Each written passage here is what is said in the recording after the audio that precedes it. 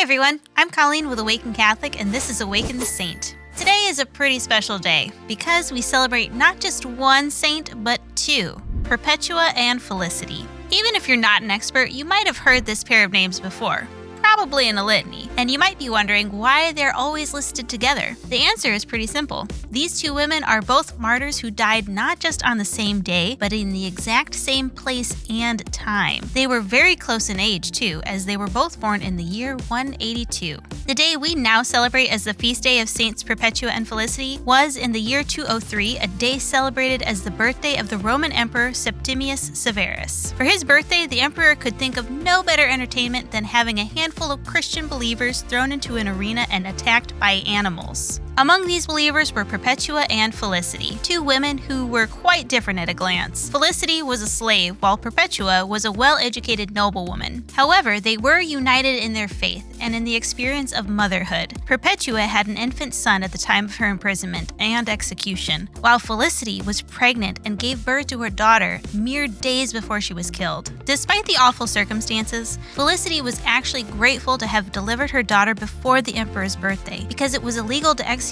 a pregnant woman, and her death as a martyr would have been postponed as a result. That should give you an idea of how intense these two were in their faith. Going cheerfully to your death is one thing, but perhaps more impressive is resisting the temptation to avoid it. Perpetua herself recorded that her father visited multiple times during her imprisonment. The first time he asked her to lie to save herself, she famously pointed out a nearby water jug and said, "Do you see this vessel? Can it be called by any other name than what it is? So too I cannot be called anything other than what I am." On the day, Perpetua and Felicity were marched into the arena and a mad heifer was set loose on them. Perpetua, however, was not at all concerned. She was singing a psalm as they entered, and when thrown down by the heifer, simply got up and asked for a pin to fix her disheveled hair. When she saw Felicity knocked to the ground, she helped her to her feet and they stood together.